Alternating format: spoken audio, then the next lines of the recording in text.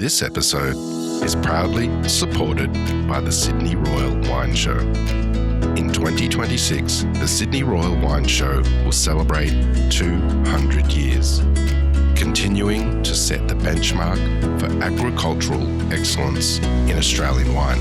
For more information, go to rasnsw.com.au/wine. I'd like to acknowledge Australia's First Nation people as the traditional custodians of the land, and for this episode in particular, the Gadigal people of the Eora Nation. I pay my respects to their elders past, present and emerging. But it's so much fun. And in a time of, a lot of bleakness and sadness across the world and to some degree in the wine industry, the show is just full of joy and beautiful, beautiful people working hard at the thing that they love. This is Over a Glass. I'm Shanteh Wale. The Royal Agricultural Society of New South Wales stands as a marker of our nation's evolution and agricultural history. It has fostered progress through competition and education since its foundation in 1822. The Sydney Royal Wine Show plays an integral role within this legacy. As Australia's oldest wine show, this year, in 2026, it celebrates its 200th anniversary. I'm delighted to have Sally Evans join me today as board member to speak to the show's lineage and enduring importance. Good morning, Sally. Thanks for joining me. Hello, hello. It is a wonderful day full of sunshine when I see your face. Thank you for carving out a little bit of your day today. I have been trying to, get you on this podcast for some time and we've finally done it. Hurrah! I hope the wait was worth it. Exactly. Sally, tell us a little bit about your role, which has changed throughout the RAS, but tell us a little bit about your background and your role today as part of that organisation. Okay, well, let's just start with the RAS. So I've been a councillor of the RAS of New South Wales since 2010. It's a bit of a complicated structure. There are 54 of us as councillors of the RAS, and we all represent our various agricultural sectors. So I came on board to be part of the wine show, not surprisingly. And I've moved through lots of different committees and organisations, subcommittees within that umbrella. Been chair of the wine show I've done my 6 years as chair of the wine show, but I've been on the wine show committee for the whole time and still am on that committee. I'm now a member of the board. I've been on many other, boards within the organisation. And so 16 years on, it's still a huge passion of mine and love being part of it. So, my family history is long and dense with the RAS. My dad, Len Evans, was chair of the wine show from 78 till he retired from show judging in 2000. But he began as a judge at Sydney in 1963, the year I was born, coincidentally. So, so we have a long family history with the RAS. But apart from that, I have a background in various things, marketing, finance, digital industries, but of course, mostly the wine industry, where I've been in marketing mostly throughout my career. And so done all sorts of bits and pieces in wine. And these days, mostly focus on all my work with the RAS and of course with the Len Evans tutorial, which is another big passion project. When I look through what you've got on LinkedIn and also your bio, it's like, oh my gosh, is there something you haven't done? And I know there's lots of roles, but you really have had such a diverse career, and wine being at the kind of centre of it all. Can you explain a little bit to our listeners about the Agriculture Society of New South Wales and the Sydney Royal Wine Show and kind of how they kind of came about, maybe speaking to a little bit about regional communities and bringing them together? Well, okay. So the RAS, as you mentioned, started in 1822. So we celebrated the 200 years of that a few years ago. And look, it's just the most marvellous organisation that has worked to support and promote Australian agriculture and support rural and regional communities for that 200-year spread. It's just the most magical organisation that has tentacles into all sorts of aspects of agricultural life in New South Wales and beyond. It's not just the Easter show by any means. Of course, we run the spectacular Sydney Royal Easter show every year. which is a huge marquee event and does a great job in bringing the country to the city. But it's a lot more than that. It does a great deal of great work in throughout New South Wales, in particular in the show movement, in supporting regional communities through our foundation, through fostering agriculture in all sorts of aspects, through our competitions and our events and our education programs. It's just, I just can't speak highly enough of it as an organisation. So under that umbrella sits the Sydney Royal Wine Show, which for many years in the early days, was part of the Easter show itself. And then along the way, I think 1947 split out as a standalone event in its February time slot, and has just been a big part of the whole sort of suite of agricultural competitions for the RAS for a very long time. Has grown and developed from alongside the industry, alongside the wine industry, alongside the show judging industry in Australia, throughout that 200 years. So it's an exciting milestone to be celebrating in 2026. It's incredible to think of 2 centuries of how that show has changed. As somebody that gets to see, I mean, you only need to go onto the website to have a look of some of the old photos. Can you explain a little bit to the listeners how you would kind of explain how some of those first original judging shows kind of started, what it would have looked like, as opposed to now what it looks like in this day and age? Well, I think in the early days, it was very much the early pastoralists and agriculturalists, many of whom were, big names in the colony at the time: Jamison, Blaxland, Busby, MacArthur. Frankly, I think they were sort of showing off what they grew on their own properties. They're all experimenting with all kinds of different horticulture and agriculture, and they all had all sorts of mixed farming on their own places, and they were involved with the agricultural shows from the early days. And I think they just wanted to show off their own bits and pieces, their wine. So in the early days, it was very tiny for a long time, and focused eventually on fortified wine. I think they realised that it was in their expertise and their ambitions for table wine, a la the French industry, was difficult to achieve. So they focused on fortified wine. It would have been small groups of old men, judging first, second, and third, like a beef cattle or a chicken, and off it went. And then eventually it became more of a thing. I think by the time my dad got involved in the early 60s, there were still only, I read somewhere in his notes, sort of 2 panels of 2, so four judges. They would have been judging tens of wines, not very much at all. So it's just grown and grown. It was New South Wales to begin with, and then it would have spread into being a national show. And now we have 31 judges across 6 panels who, from all over the country, from all over the industry. It's really developed a lot over that period.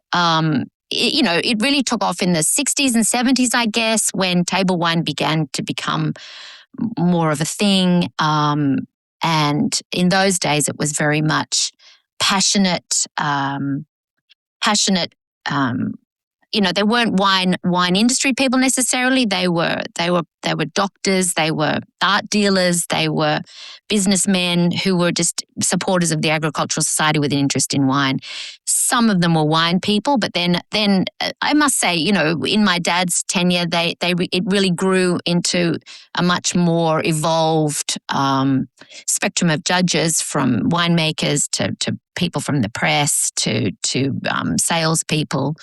And now it represents the broad spectrum of the industry, all sorts of people from all over the industry: sommeliers, viticulturalists, winemakers, press, retail, wholesale. Lots of different aspects are covered. And I think that's so important, that diversity of judges. One of the best things about judging in these is sitting down with people that are coming at their profession and looking at a wine in a completely different way than you are, and hearing the way their mind works and their approach and what they see. It is just a fascinating thing to be involved in. And I'm glad that you brought up kind of what it looked like back in the day, because I was speaking to a young sommelier the other day who's about to do their first role as associate, and they mentioned that it's pretty serious. I heard it's pretty serious, this show, and you only need to hear what you said about the lineage of this show to understand where it's come from and to understand how important this show is. So for me to put on the white jacket, to step back into that role, it is such an honor to be a part of the new story of where it is now. And I think, I really wanted to do this podcast so that people had an understanding of just what it means to be selected to be a part of the Sydney Royal Wine Show. And like you said, it's come so far. I imagine from the stories I've heard of your father that it was very serious back in the day, but he also probably had a pretty good time doing some of that judging back then, don't you think? Well, totally. He was a big personality and he was in the chair for a long time. I mean, we have a rotational, all wine shows now have a rotation of roughly 3 years. So we're getting new blood all the time, because it's fortunately now quite a developed pathway across the wine industry to be involved in judging. And we can talk about that more. But he was involved as chair for like 22, 23 years. But I mean, with a 45-year, I think, history with Sydney. And he was also involved with Adelaide and Canberra and all of the other wine shows as well. But a big part of his gig was the entertainment side of things. So he would be very serious during the day with judging, and he was a big mentor. He was a mentor to a lot of people, very interested in developing the next generation and very interested in passing on his knowledge to young wine people. But in the evenings, he had a fairly punishing evening schedule. I think of the 4 nights, they had 3 nights or 4 of the 5 nights he had an entertainment program, which would involve dinners at fabulous 5-star hotels in Sydney run by his mates, or down at Doyle's run by his mate Peter Doyle. And each of them had wine themes, and people were encouraged to bring wine. They played options games and really put through their paces and really learnt a lot about the broader wine industry, about wine quality in general. He was very generous. He would bring a lot of wine out of his cellar, from all over the world. And it really fostered a great sort of community of wine professionals outside of the show itself. So the daytimes were quite serious and quite head down and do your job. And then the nighttime was quite, was broader, freeform, lots of fun, lots of stories from those days. Then people like, much more serious people like James Halliday and Brian Crozer came in after him, and, they didn't have quite his stamina. So the entertainment program contracted somewhat. Well, I can imagine even now there's still a little bit of that, and they are long days, but they are so fulfilling. And by the time you lay your weary head down, you have certainly learn a lot that you didn't have before. So I'm glad that that's continued on in your father's name. Tell me a little more than just kind of awarding medals and ribbons, which now are trophies. The RAS acted as a department of agriculture in assisting in things like disease threats and kind of drafting legislations along the way too. Is that right? Well, I think in the early days of the colony, and let's say in the early days of the wine industry, up till probably about the 1940s, 1950s, there wasn't a strong. In the early days, there wouldn't have even been a Department of Agriculture, and there wouldn't have been the associations and the professional groups that there are now, the government groups that there are now supporting agricultural industries. So the Ag Society stepped in and had a number of roles, depending in what area of agriculture you're talking about, but they would have been disseminating papers, they would have been speaking to producers, they would have been, sharing papers about diseases and about viticultural endeavours. So, the breadth of the Ag Society has been very broad and has fulfilled different needs, I think, throughout its 200-year plus life. and the wine show has certainly been part of that. Must be so interesting to be a fly on the wall in your house. I've got so many things I want to ask you, but I want to make sure that we do our due diligence and talk a little bit more about the RAS. So tell me a little bit about how has the kind of show adapted and changed to reflect kind of the industry as it's changed over the time? I mean, like you said, there was 4 people and 2 panels, and now there's, what did you say, 31 judges and 6 panels? I mean, it's bonkers. But what are some of the other changes that have been made over that time? Well, look, so many. And look, a tribute to all of the various wine committees. So within the RAS structure, there are different committees for each agricultural area. So we have a wine committee, which is in fact now called the Wine, Beer and Distilled Spirits Committee, because we have now a broad range of alcoholic beverages that we judge under that umbrella. So I mean, it would have evolved from very basic wine categories through to fortifieds in the 50s and 60s. And when I first started engaging with it, it was very much about, medium-bodied reds or light dry whites. It was very much style categories. And then there was a big focus on commercial wines versus what they started to call premium wines over time. And it was only, oddly enough, I mean, it's while I've been at the RAS, we started doing varietal classes. So maybe that was about 12 years ago, we started doing, shifting to pure varietal classes, realizing that the industry had developed so much that it was very much about the integrity and the expression of those signature varieties. And so over the years, we've tried to keep up with that. And initially, it was the classic varieties, and now we've added, other varieties as they've evolved and become more significant as exhibits. So the varietal side of it is one thing, and then we've moved from judging first, second, and third to judging medals. So for people that don't understand the medal system, it's not a first, second, or third. It's a benchmarking level. So if you reach a certain number of points, you get a bronze. If you reach a certain number of points, you get silver. Again, for gold. And then pyramid structure, all of the golds go through to top gold in their various vintage and varietal classes. They get judged off to be like the best Chardonnay of the show. Chardonnay goes up against the best, all the other white varietals to become the best white wine, and then eventually the best wine of show. So it's like loosely speaking, it's a pyramid structure.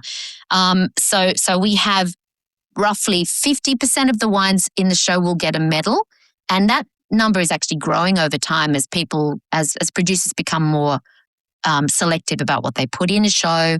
So 5, 6 to 7% will come out as gold medals. What are other changes? We judge out of 100 points, whereas for many years they judged out of 20. So the 100 is more understandable across the industry because wine writers judge out of 100 as well. So many other changes. We now judge on digital tablets. So the RAS has developed its own judging system, which is very developed. Yeah, we've worked really hard on that. And I guess another great thing is feedback as well. It used to be just the medals that would do all the talking, and then it moved to class comments. And now every single exhibitor gets rigorously written feedback on each of their exhibits. So it's about benchmarking. It's about improving. It's about understanding where your wine sits in the global story, I guess. What other changes? I mean, so many. We've talked about the variety of judges and where judges come from, and they're what we call technical judges, and then there's style judges. So the winemakers will be particularly focused on faults and technical, what's gone on in the making of the wine, whereas guys like you, people like you, sommeliers and style judges will be more interested less interested in the technicality of the wine, more in the appeal of the wine and how it works with food and in different circumstances. Also, I mean, women, we people think of the RAS as being sort of quite old school, but really there's masses of younger women involved now. I mean, I used to be one of the younger women involved. I'm no longer. But there are some amazing young women involved across the board in the RAS. And in the wine show, we work really hard at that. I mean, a great moment in change was one year we suddenly looked up and there was Lindy Milan was the chair of the wine committee and what we call the steward in chief. I was the chief steward, bossing around all of the back of house. Sam Connew was the chair of judges, Samantha Connew, and we had an international judge, Michelle Buffard from Canada at the time. So the 4 head roles of the wine show were all women, and we worked quite hard at that to keep that diversity and equality going. Absolutely. And you have been a huge champion in that realm. And to be fair, Sally, you have more energy than most females in their 20s. So I'm going to always call you a young woman.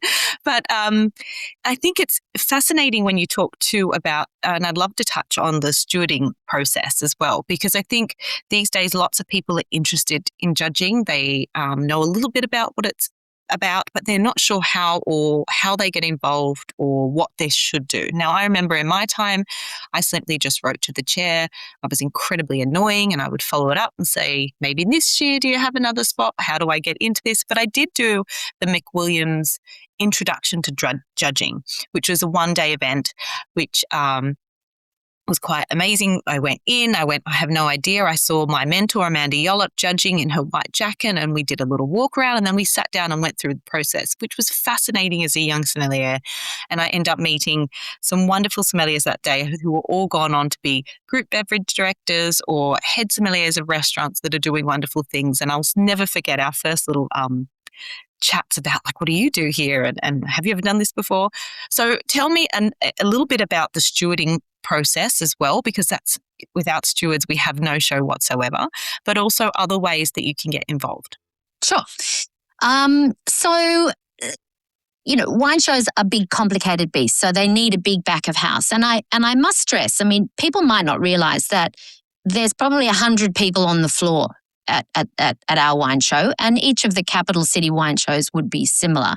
And the lion's share of those people are volunteers. The judges are all volunteers, and the stewards are all volunteers, and the RAS representatives are all volunteers. There are staff, obviously, but 80% of the people on the floor would be volunteers. And the stewards come from all sorts of walks of life. And over the years, we have really worked hard to foster industry stewards, so young people from the wine industry who just put their hand up and self-nominate. They send an expression of interest, which we have on our website, to, I would like to be a steward at the wine show. So we try to give everybody a go. And part of stewarding at our show is that if you have done a little bit of, if you're a taster, if you're used to tasting wine, you will get put on a bench. You'll have a little go at being an associate judge for one bracket. So you'll actually have a little trial. You'll obviously see what's going on. You're meeting a lot of people, but you're also having a little go at tasting and see how that whole process works. And so those people over a couple of years, eventually can transition into being associates and on to being judges. But the best way to get involved in judging is to contact a regional show. The regional shows are really the lifeblood of the state-based system. So each of the geographical indicators most of them have their own shows, the Mudgee show, the Hunter Valley show, the Orange show, and equivalent in other states. And they need stewards and they need young associates as well. And that's where people really get their grounding in show judging and come through the ranks. At the capital city shows, we tend to favour people who have had a degree of experience at regional shows. So tapping into that network and using whatever contacts you have to get involved in that way is a really great route. You can do training. I mean, there's WSET training, which is not specific to wine judging, but that's a tasting training. The Advanced Wine Appreciation course run by the AWRI, AWAC as we call it, is very specific about judging. That's a program that you can do in Adelaide, an intensive program to get, and a lot of people that are serious about judging do that at some point. But really, I think stewarding is a great place to start. All sorts of shows now have good programs for moving their stewards through from stewarding to associates, but really just annoy the crap out of whoever you know in the wine judging world, and that's the way to do it. I mean, we're so lucky. We're so lucky here. We've got a world-class wine show judging system. It really is the best in the world, and we've been doing it for a long time, 200 years, and we have a very sophisticated, a very high level, a very professional wine judging system across the whole country. And the ASBO has had a big hand in that, setting up fantastic guidelines. We really work hard at wine show judging, and I think people sometimes poo-poo it as a bit old school, but really it's still a very vibrant, important, progressive field of endeavour within the wine industry. And I don't want people to forget about it. Oh my goodness, you're so right, Sally. And I think something as simple as your experience with international judges coming over to our country, what you've seen more often than not at the RAS, there'll be an international judge, whether they come from China or whether they come from Canada or Germany.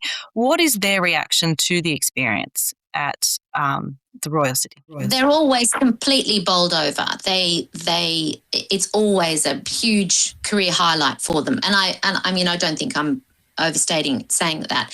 It works both ways. So it brings an international perspective to our local wine show. So we get some understanding about what's happening overseas, what's happening in that market, what wine styles they're appreciating, what they think about Australian wine, et cetera, but probably more importantly, they learn so much about the Australian wine industry, about the quality of Australian wine, about what wine shows mean and how it works, and then they take that knowledge overseas.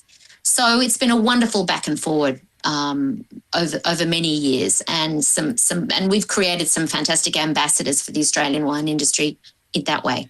Yeah, and I'm so glad you said that, because really, we think about tasting lots of wines and being able to analytically look at them. The better our palates are, better winemakers we have, the better we're able to do our jobs. And that has really seen the progression of the Australian industry go to its heights that it is today. And like you said, we were known, a long time ago as the flying winemakers because of our rigorous roles, the way that we taste, the way that we make wine, our cleanliness, to go out and go to other parts of the world, fix up their issues and come back. And simply, even just looking at a logistic side of tasting wine. When you mentioned earlier, sorry, I'm going a bit hickledy-pickledy here, but when you mentioned earlier about, tapping into your regional associations to do their wine shows, some of it comes down to just tasting that amount of wines, doesn't it? Because there's not everybody can go in and do 30 Cabernets, or these days, it's more around 20 Cabernets in one session. Back in the day, it used to be around 40 all the way up to 80. But that I always tell people it's about getting your palate into this kind of marathon that you have to do. And you only do that with gradually increasing the amount of wines that you're tasting in one session. So dumping yourself straight into, Royal Sydney isn't the smartest way to go about it if you haven't had that experience where you have smaller shows, smaller amount of wines, and you just train that palate like a muscle. Absolutely. It's not for everybody. And it's the tasting, and it's also then defending your position as well, because you have to be confident to actually, you score separately. So all the judges sit there, as you know, but for your listeners, everyone scores quietly and separately on their own. They go through their spread of wines, and over the years that used to be horrendous. I mean, I can remember sitting down in front of 140 Cabernets, broken up into 3 classes over a day. Just too much. And as an industry, we've worked hard to scale that back. So wine shows in some instances have we have cut-off points so that we don't have too many wines for each of the judges every day. But still, say 40 Cabernets, there's a lot to work through. And then you have to sift through the top scorers of all those wines. So you sit together and everyone discusses their scores, and you arrive at which ones are bronze level, which ones are silver, and which ones are gold. And that takes quite a lot of advocacy for the ones that you prefer. So you have to be confident. You have to be good at articulating what is good about a wine. You have to understand quality, and you learn more as you go along, obviously. But it is not for everybody. It wasn't for me. I mean, my dad was a brilliant taster, and he always, we were taught to taste wine from a very early age, wine and water with our Sunday roast dinner from tiny. And, given options wines at the table, is this left or right bank Bordeaux from 12 kind of thing. I mean, not that we were drinking, but, tiny sips. But he always said, you actually don't really have a very good palate, Sally. Like, you really need to work on that. So when I was working in marketing for McWilliams, and I did a WAC, and they sponsored me to do wine shows, and I did some early wine shows in the late 90s. And I was very lucky that I was in the scene at the time, and I got to judge with my dad in 2000, which was the last year that he was a wine judge. He retired from wine judging after that. And so they let me be an associate at Sydney Royal in 2000 with my dad as chair of judges, which was a hugely beautiful moment for me. And I struggled on for another year or two after that. And finally, I think Brian Closer flicked me because it was too hard. It's really hard. And I was a young mother at the time, and it was just, it took a lot of practice. Anyway, that's why I got into the back of house after that. I thought, okay, judging's not my gig. I'm going to help it from the other side and be part of it from that point of view. But that's a long-winded way, no surprise there, of saying that it's a hard game, and it takes a lot of experience, a lot of expertise, but it's really rewarding if it is your thing. And as you've touched on a couple of times, and I'll just get this in now, is that it's the tasting, sure, but it's being part of that bigger picture, being part of the breadth of the industry, mixing with all those different people, sharing views, sharing knowledge, older people mentoring younger people, telling the stories of the industry. It's such an important part of the Australian wine industry. And I think people underestimate how important it has been in creating such a cohesive, community-based industry, which we are famous for around the world. I mean, in other countries, they barely know each other from the different wine-producing regions, whereas we share, we collaborate, we move around, we exhibit with each other, we go on trade shows with each other, we help each other all the time. It's a very warm and hospitable industry, not surprisingly, but I think wine shows have had a big part in that story.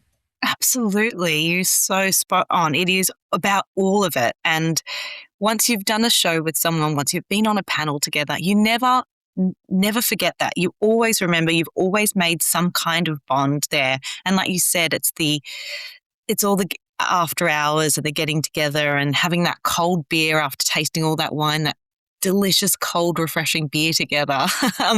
But it is truly something really special to be involved in, and it's what I have told people time and time again. You will get so much out of it. You will learn so much about yourself, but you will make contacts and friendships for life.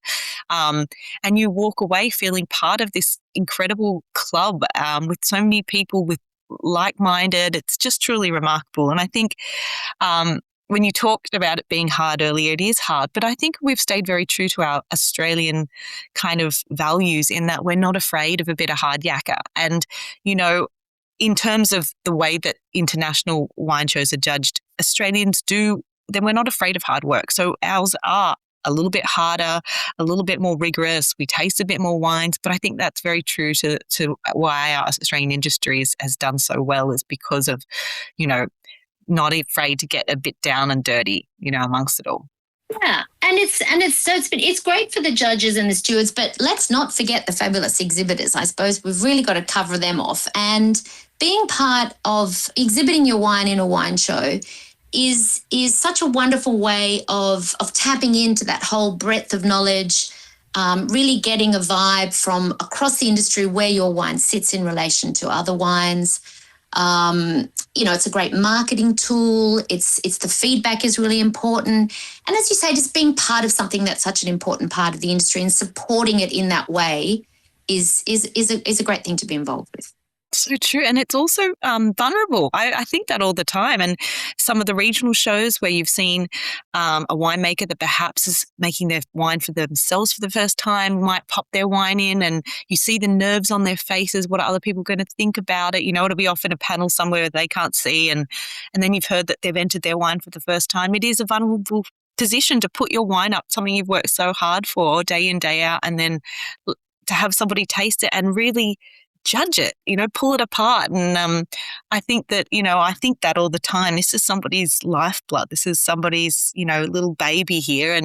And we, you know, we always go back to wine one and the two bookends, like, you know, I started that 20 minutes ago. Let's go look at that wine again, because I think it might need a little bit more love or a little another look at it. So I think, you know, being an exhibitor must be a tough role to be in, but they must get so much out of it too. So, and yeah, I encourage them to submit.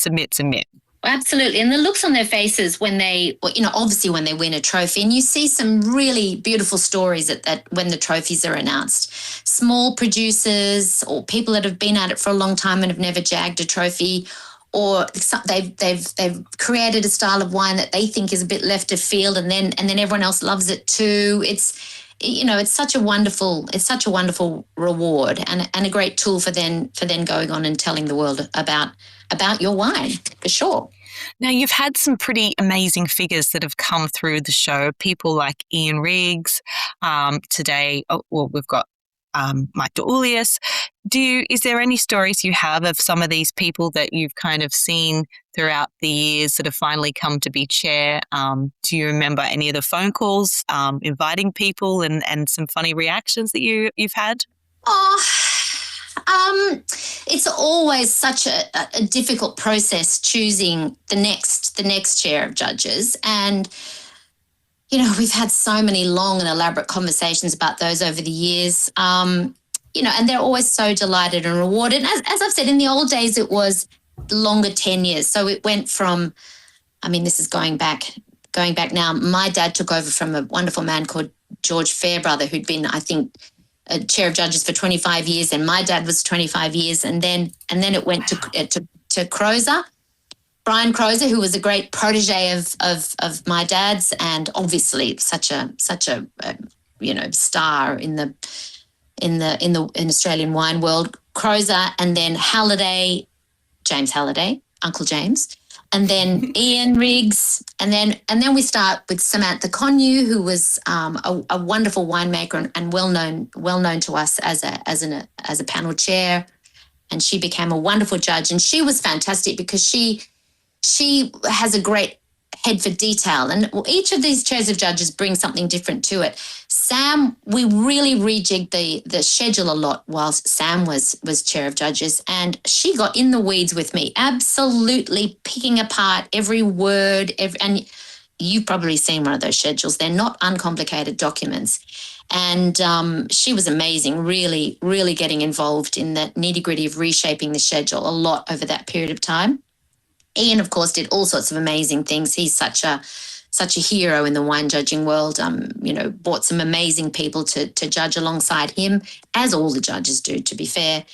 PJ Charteris followed Sam, and where PJ was amazing is PJ is a great educator. So he was fantastic in describing what went on at judging to the broader community, talking to sponsors, talking to the wine communicators. Such an engaging spokesperson for wine quality, and you know, he was wonderful in that area. And then fabulous, detailed Sarah Crowe from Yarra Yearing, again brought some amazing judges and a wonderful, just so intent on getting it right and really giving every wine super attention. Don't let this one be forgotten. Why is that one great? Such rigor and attention to detail in tasting. Incredible. And then we have the Bonnie Mike, who's just been with us for 1 year, and you know, he's such a fun guy and a great fellow to be around. But he's got a great head for stats and numbers, and he's got a precision palate. And you know, he's a stellar chair of judges as well. So each of them bring bring something new to it. And they bring their own squad. I mean, we rotate a third of the judges each year. So the new judges that they bring, represent sort of their networks, and they bring new and interesting people into the spectrum. So from a chair of judges point of view, that's been a fun ride over the years. And then we've had the chairs of the committees going back many years. I mean, Graham Thorpe originally, and then the wonderful David Clark, Lindy, Milan, such a wonderful spokesman for wine and food in Australia. I followed Lindy, and then the wonderful Angus Barnes is in the chair at the moment. So I can't stress enough the dedication and I hate the word passion, so overused, but everybody really wants it to be fabulous and works hard to evolve and perfect and move it along and foster the next generation. So much effort goes into these shows. Sydney Royal, all of the capital city Royal shows, all of the beautiful GI-based regional shows. It's such a network of wonderful people, and it deserves to be supported and celebrated in 200 years. 200 years. It's incredible, just incredible. I love everything that the RSS is all about, everything the Royal Agricultural Society is all about. I think it's wonderful to hear further history and the perspective that you bring to it. And I'm so glad that we're doing this. I do want to ask a little bit about, now that you get to experience the Royal Easter Show. Now, I constantly think about the Royal Easter Show because I do think that most people think of it as a day where there's lots of show bags and there's lots of kind of Dagwood dogs and corn dogs, and there's some rides to go on. But the real heart of it is missed by so many people. And I think, what does the Royal Easter Show mean to you when you're there and you're experiencing it all? And I get to see a little bit through your social media because I have a toddler and I can only go for a couple of hours, and I'm desperate to get to the crafts and the cakes, and I don't always get to them. And I'm so thrilled that you put them on social media. So what does the Royal Easter Show mean to you? Well, if you have been following me, you'll know that it means a lot. And I really get into the nitty-gritty with it all, because I just find it, apart from my role, my important roles as a counsellor, and that there's lots of official functions and lots of people that we have to network with, and so many different organisations and societies get together at the show. So that's an important part of it. But it's so much fun. And in a time of, a lot of bleakness and sadness across the world, and to some degree in the wine industry, the show is just full of joy and beautiful, beautiful people working hard at the thing that they love, which is just such a wonderful thing to be around. As you said, from the arts and crafts to the wood chopping to the guinea pig judging competition, all the fabulous dogs. I mean, there's the alpacas. There's so many corners of that site where fabulous activity is going on in agriculture. And if people only sit at the top end of the site and go to the rides and buy the show bags, they are missing out on all of that joy around the rest of the site, because there are little stories and little worlds going on everywhere. Show judging, pony club people, Shetland ponies, people riding in beautiful buggies and dressed up in wonderful clothing, and really celebrating the heritage of horses, and the beef cattle, the dairy. I mean, it's endless. There's endless joy to be had on agriculture. And each of those little worlds has people working hard to discover the best in breed, to produce the best animal, to produce the best grain, to really tell the story of the country, to bring the country to the city. There's so much that's great about it, and so much to celebrate, really. I just, obviously, I'm gushing now, aren't I? But I'm gushing with you. There's so much to love. There's so much to love. And like you said, it's all these different industries, but they're so passionate about being the best they can possibly be. And there's so much dedication that it is just so awe-inspiring. And I think I agree. I could do a 3-day pass there. I could come on my own. In fact, I'd like to come on my own so I can spend the time where I want to spend the time and just walk through and absorb it all. Exactly. When you don't have such a young toddler, come out and I will show you my show. Honestly, it's just, Honey judging. I was involved in honey judging this year. I mean, who knew? What a world that is. Crazy. Totally. I mean, every single corner is just fascinating. I mean, if you sold tickets for the Sally Evans Experience the Easter Show through my eyes, you would sell thousands for a very high price. We could work on something like that. But a new career. Oh my goodness, absolutely. Sally, what you have done for this incredible wine industry in such a broad spectrum is just really hard to sum up, so I'm not even going to attempt it. But what I am going to say is that I am so grateful. We are so grateful for you and everything you've done. And we think, that the Royal Sydney Show. Sydney Royal. Got to get it that way around. Thank you. I've said it too many times. It is an incredible organisation. Everybody should get involved where they can, and we are a much better nation because of it. So thank you so much to you. When you're celebrating the 200th anniversary this year, what is Sally Evans going to be toasting with? Well, I thought a bit about this and, I didn't want to favour any chums too much. So I'm going to go a bit left of field, and I'm going to say I'm going to have a lovely little glass of St Agnes brandy, because what a wonderful heritage product made by the Angot family that really talks to the whole history and heritage, a section of the wine industry for sure, the brandy industry. But up until recently, that product was in the wine show. It's now in the distilled spirits show, but a really classic and fabulous world-class product. And I'll be cheersing with that. And before I go, I just want to put a plug in, if I may. If you're in Sydney, if readers listeners and readers are in Sydney, we have the wonderful Grape Grain and Grays Festival, which we put all of the medal-winning products from the show on display, and about 1,000 people. We opened it to about 1,000 people come and just taste their way through all of the medal-winning products of the show. Crazy. With some fabulous food and masterclasses and all sorts of wonderful things go on. So that's on the 19th of September this year at the showground out at Olympic Park. And that really has become a really, really fabulous and great value event. And to the exhibitors, 200 years, celebrating 200 years in 2026.